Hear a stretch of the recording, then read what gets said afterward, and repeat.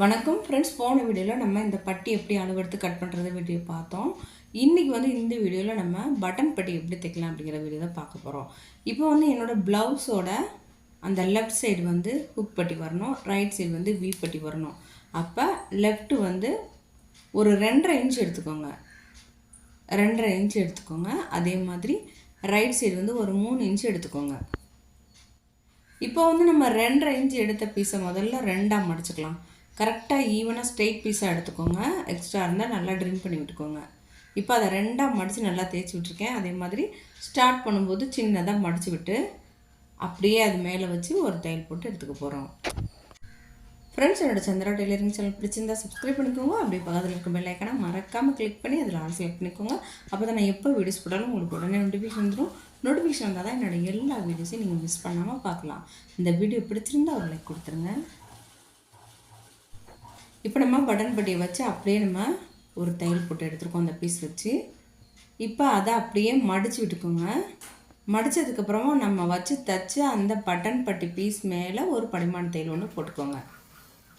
பாடி இந்த கிளாத்தில் வரக்கூடாது, மெயின் கிளாத்தில் நம்ம வச்சு தைச்சது மேலே படிமான தையல். இப்போ அதை அப்படியே உள்ளே மடித்து விட்டுக்கோங்க.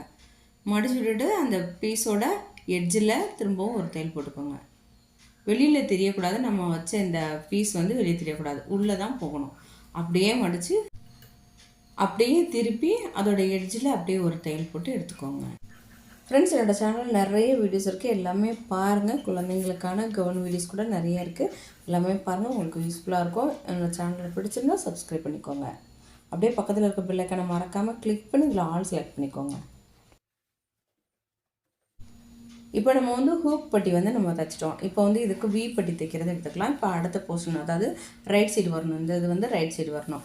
இப்போ ரைட் சைடு வர போர்ஷன் உள் பக்கமாக, அதாவது அந்த துணி லைனிங் துணி இருக்குது பார்த்தீங்களா, அந்த பக்கமாக தான் நம்ம தைக்க போகிறோம். கொஞ்சம் கிராஸாக இருக்குது, கரெக்டாக ஸ்ட்ரெயிட் பண்ணி விட்டுக்கலாம். இப்போ கட் பண்ணதுக்கப்புறமா இது ராங் சைடு எடுத்துக்கிறோம். ராங் சைடு வச்சு தான் ரைட் சைடு திருப்ப போகிறோம். இப்போ நம்ம 3 இன்ச்சுக்கு கட் பண்ணி பீஸ் எடுத்துக்கலாம். அதை சின்னதாக மடிச்சு விட்டுக்கோங்க. மடிச்சுட்டு அதை அப்படியே வச்சு ஸ்ட்ரெயிட்டாக ஒரு தையல் போட்டு எடுத்துக்கோங்க.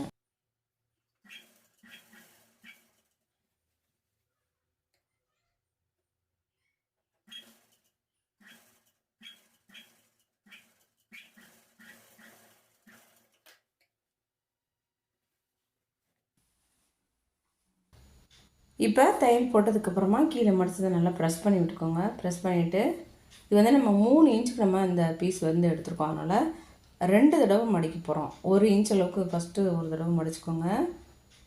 திரும்பவும் அதை இன்னொரு தடவை மடித்து, நம்ம ஏற்கனவே தையல் போட்டது தெரியும், அந்த தையல் போட்டது மேலே இதை வச்சு அப்படியே ஒரு தையல் போட்டு எடுத்துக்கோங்க.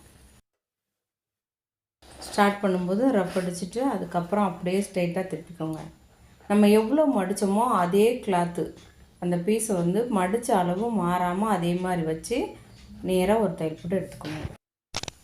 ஃப்ரெண்ட்ஸ், நான் ஏற்கனவே ப்ளவுஸோட பேக் பார்ட் தைச்சதை நான் போட்டிருக்கேன். அதே மாதிரி ஃப்ரண்ட்டில் டாட் எப்படி கப் ஷேப் பிடிக்கிறது அப்படிங்கிற வீடியோ நான் போட்டிருக்கேன். அதே மாதிரி பட்டி எப்படி அளவெடுத்து கட் பண்ணி கரெக்டான அளவு தைக்கிறதுங்கிற வீடியோவும் போட்டிருக்கேன். இது வரைக்கும் மூணு வீடியோ போட்டிருக்கேன்.